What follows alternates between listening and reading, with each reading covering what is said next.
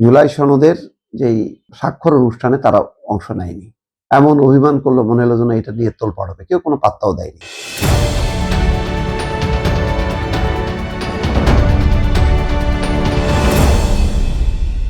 খুবই অবাক করা একটা খবর যে সন্ধ্যায় রাষ্ট্রীয় অতিথি ভবন যমুনায় জুলাই সনদ স্বাক্ষর করবে এনসিপি। যেই সনদের উপর সবাই স্বাক্ষর করে ফেললো, তার ভিত্তিতে নির্বাচন হলো। হয়তো ওই জুলাই সনদের উপর ভিত্তি করে আবার আলাদা শপথও হবে। এখন এসে এনসিপি স্বাক্ষর করবে। এই স্বাক্ষরের মানে খুবই খেলো একটা টাইপের। তারা প্রতিযোগিতা থেকে ছিটকে গেছে। জুলাই সনদের যেই স্বাক্ষর অনুষ্ঠানে তারা অংশ নেয়নি, এমন অভিমান করলো মনে হলো যেন এটা নিয়ে তোলপাড় হবে। কেউ কোনো পাত্তাও দেয়নি। গেল পিছায়, নির্বাচন হয়ে গেল। ওই ঐক্যমত্য কমিশনের মেয়াদও শেষ। এখন তারা মানে এটা ডক্টর মোহাম্মদ ইউনূস আজকেই তো বোধহয় তার শেষ। এটা হলো একটা তার আশ্রয় প্রশ্রয়, স্নেহ, মায়া, মমতা, ভালোবাসার হয়তো প্রতিফলন। নতুবা এইভাবে সুযোগ নেয়ার আলাদাভাবে কোনো স্কোপই নেই। এনসিপির জন্য এই সুযোগটা কেন দেওয়া হচ্ছে আমি এটাও বুঝলাম না। তারেক রহমান ভালো, এটা মেইন অপোজিশন। জামাতে ইসলামীর আমিরের সাথে তার বাসায় যে সৌজন্য সাক্ষাৎ করছে এটাই যথেষ্ট।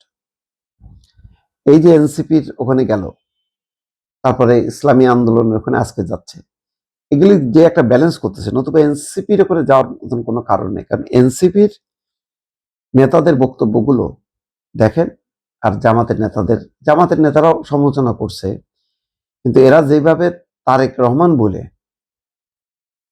তাকে খুনি, চাঁদাবাজ, আরো কত কি, মজলুম ছিল, মজলুম এখন হয়ে গেছে জুলুম, হ্যাঁ, তারপরে হলো বাংলার কি যেন অভিবাসন দিল,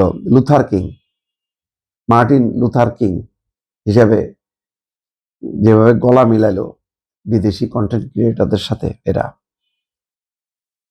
এটা অবাক করা কাণ্ড যে এই তরুণরা রাজনীতিতে কোনো শ্রদ্ধা নেই, সম্মান নেই, যেভাবে মির্জা আব্বাসের সাথে বেয়াদবি করলো। তারপরে উক্তিগুলি কি ভয়ঙ্কর সব উক্তি ছিল। একটা নামেরও তো একটা ইয়ে আছে, একদম সুজা তারেক তারেক বলে যেভাবে। যাক, এগুলি আর বলতে চাই না। এত কিছুর পর আবার সেই ডক্টর ইউনূস, তার কৃতজ্ঞতা যে তার কারণে তিনি এই প্রধান উপদেষ্টা থাকতে পারছেন এতদিন। অনুকূল পরিবেশ থাকলে তো আরো অনেকদিন থাকতেন। যাই হোক, সেই নিয়ে জুলাই সনদ স্বাক্ষর করাচ্ছে।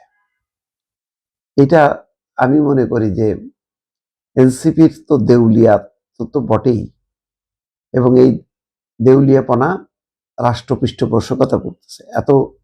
কতদিন পৃষ্ঠপোষকতা থাকবে জানি না ডক্টর ইউনূস না থাকার পর।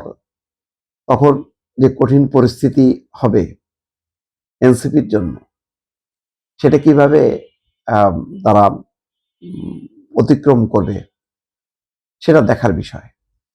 এনসিপি আলাদা একটা এন্টিটি হিসেবে থাকলে অনেক দূর যাইতে পারত, কিন্তু এখন দেখেন তাদের মানে বাল বা মানে চলনে বলনে সমস্ত কিছুই হচ্ছে জামাতকে অনুসরণ করা। জামাত যে স্লোগানগুলো দেয়, ইনসাফ, ইনকলাব, ঠিক সেগুলি। অর্থাৎ একটা ধর্মীয় রাজনীতি।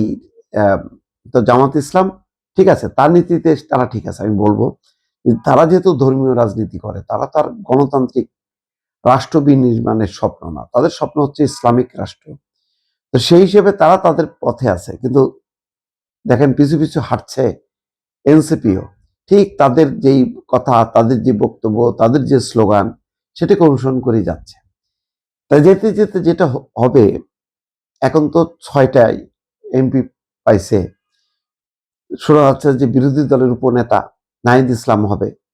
সেটাও একটা কৌশল জামাতের, যে তাদেরকে মানে তাদের বোতল বন্দি করে তরুণ সমাজকে দেখানো যে দেখো তরুণ সমাজ আমার সঙ্গে আছে, এবং তাদেরকে দিয়ে মূল বিএনপিকে যত মানে উৎপাত করা, উত্তক্ত করা, কটূক্তি করা, সমস্ত কিছু করাবে কিন্তু এই এনসিপিকে দিয়ে।